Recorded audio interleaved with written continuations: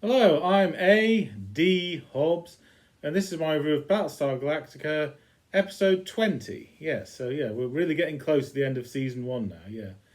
Are there two seasons or one season? Well, it depends how you look at it. Some say season 2 is like a spin off of the show, but not an actual second season. So it's debatable if there's two seasons or just one. But anyway, season 1 has 24 episodes. We're now in episode number 20. And, we take place where we left off. Oh, but before I start the review properly, this episode of Battlestar Galactica, the opening narration is back. Yes, there are those that believe that life here began out there. Some believe there are brothers of man, who even now fight to survive, somewhere beyond the heavens. So the opening narration is back. Why was it ever taken off? Did it save money to take it off for a few episodes? I don't know, yeah. Anyway, this is Greetings from Earth, part 2, and we have a little recap, and then the story takes place where we left off. So we go back to the red spaceship being escorted by two colonial vipers, yeah.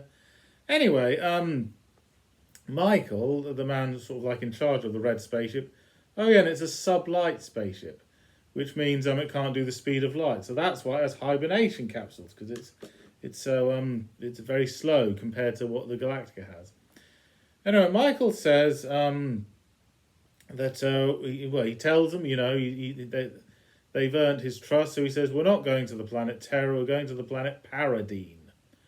Not to be confused with parody. No, this is not a comedy. They're playing it straight. Yeah, the planet Paradine, and which is like a farming colony, and it's a colony of Terra. So Terra knows the planet exists. So why go there at all? Yeah. Well, I'm guessing it's because Michael and Sarah, they're like scientists who work for like the military, so therefore a threat to the Eastern Alliance. So they want to raise a family and start a happy life in an isolated farm. But they won't be a threat to the power of the Eastern Alliance if they're there, yeah. So I'm guessing that's the reason, yeah. And we see footage of the Eastern Alliance destroyer, and I suppose I just have to say it. In the first Star Wars film, technically we did see Star Destroyers, but they didn't call them that. They called them space cruisers, or bulk cruisers, or big Corellian ships. At no point were they referred to as Star Destroyers.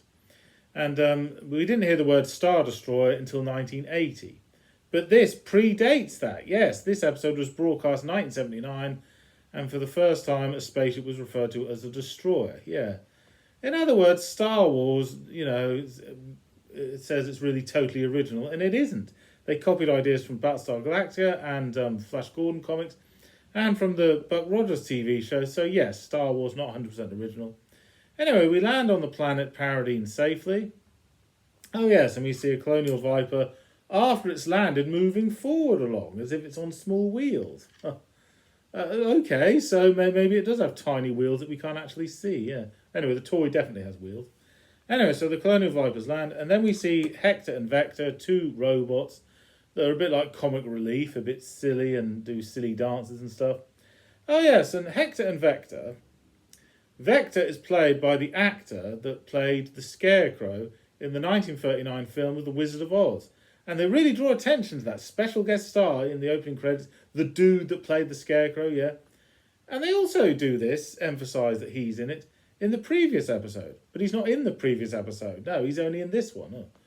Well, anyway, they have a lot of famous cameos, so they really draw attention to it. Anyway, the Scarecrow guy is definitely in this one.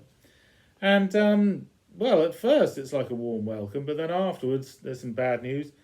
Sarah, the beautiful blonde lady, finds out her father is dead. They were going to start a new family and everything on this farming colony, of children, of parents and grandfather. But no, she's devastated, obviously.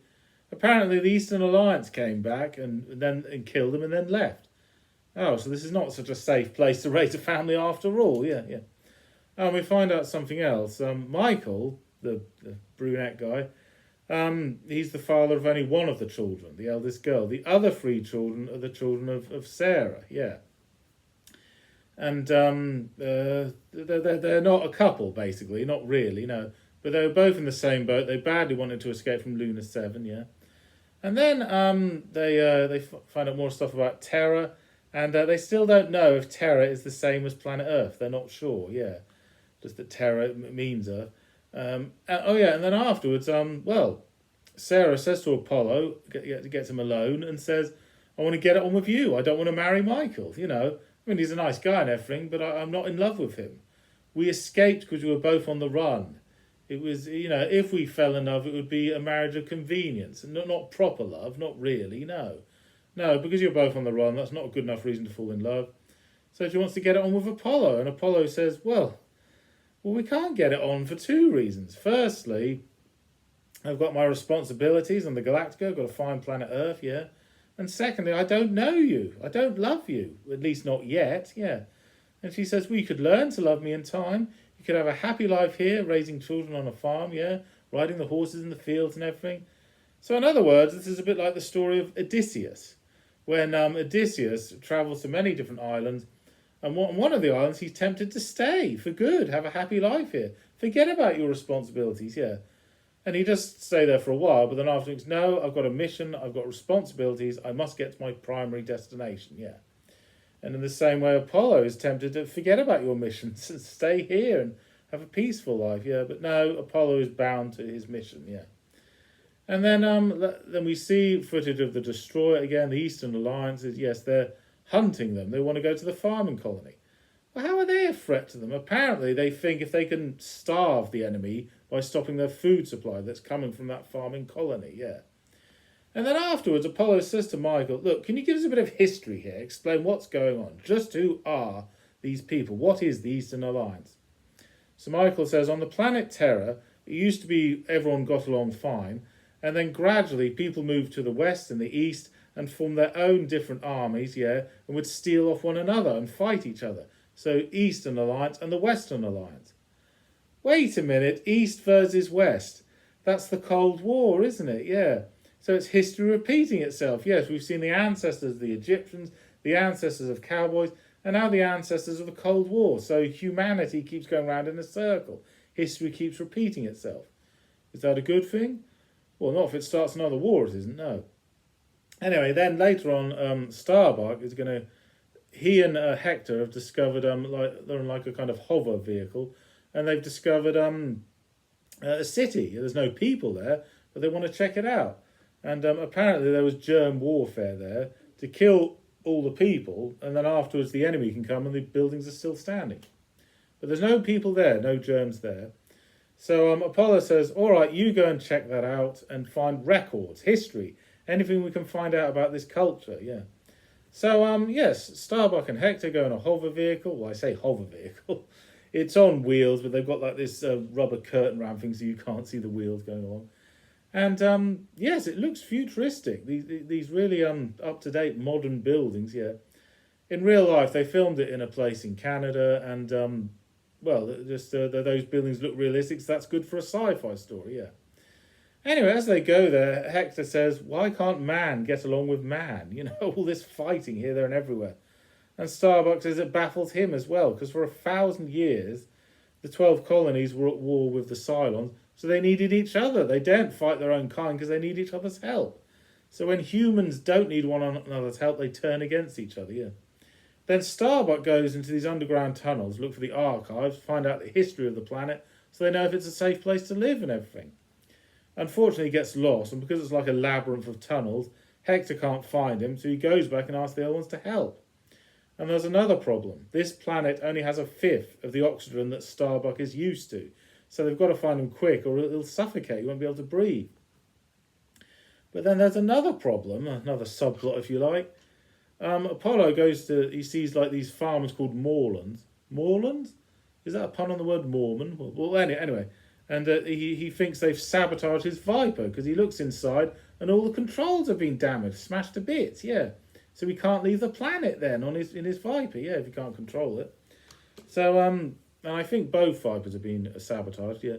Anyway, then Sarah comes to him and says, it's not the Morlands, they didn't do it, I did it. And Michael says, you did it, Sarah. Well, why? Why'd you do it? These are our friends. And she says, I didn't want Apollo to leave. I'm in love with him and all that. And Michael said, you had no right to do that, no. You can't force people to stay against their will. So Sarah apologises, feels guilty about what she's done. Then they go to rescue Starbuck, Starbuck he can't walk, but he uses a bit of metal to make a clanging noise, so they follow the sound, eventually find him in a nick of time and give him an oxygen mask, yeah. But when they come back, the Eastern Alliance, not a very big army, only about 10 people, but Michael, Starbuck and Apollo managed to fight them off, yeah, take them prisoner, tie them up in the hovercraft vehicles. And then the commander, I think he's called Commander Leiter or something, I think it's the same guy that played Cecil in Dynasty, or went on to play him. Anyway, the commander of the Eastern Alliance says, this is only one small victory. You haven't won, you haven't beaten us, you've only beaten a small lot of us, yeah. The Eastern Alliance is the most advanced army in the galaxy. And Starbuck says, that's interesting to hear you say that, because all these, I've got very familiar with your culture. None of your gadgets are half as advanced as anything we've got. So anyway, Michael and Sarah decide to get it on and raise their children together. Yeah, so the happy ending there. Oh yeah, and something else. Michael says to them, the planet Terra, there's the Eastern Alliance and the Western Alliance all fighting each other at war and everything. Why would you want to live there? Why do you think I chose to live here instead? I mean, I can't stop you going to the planet Terra, but I wouldn't advise it. There's horrible war going on there. So Starbuck and Apollo take heed of what he's saying. They take control over the Eastern Alliance destroyer and fly it to the Galactica. Now, the Eastern Alliance people, when they see the Galactica, a spaceship a mile long, they're flabbergasted. They've never seen anything like it. Never seen a spaceship as big as that before, yeah. Yeah, and they go, what is that thing? And Starbuck says, it's called a Battlestar. And then Apollo says, now you were saying something about this invincible alliance. Not so invincible at all then. No, not if they don't have anything as great as that, yeah. And so, yeah, a good story and everything. And even if they do find Earth or another planet of humans, what if the humans are not very nice? Yeah, they haven't taken heed of that. But Apollo is adamant that they find Earth. It is the promised land according to their religion, their folklore. It is the best place for humans to live, yeah. Okay, so yes, I was very satisfied. Lots of unanswered questions in the first one, but I got what I wanted in this. All my questions answered. Okay, thank you for watching. I'm Anthony Hobbs, and I'm never bored.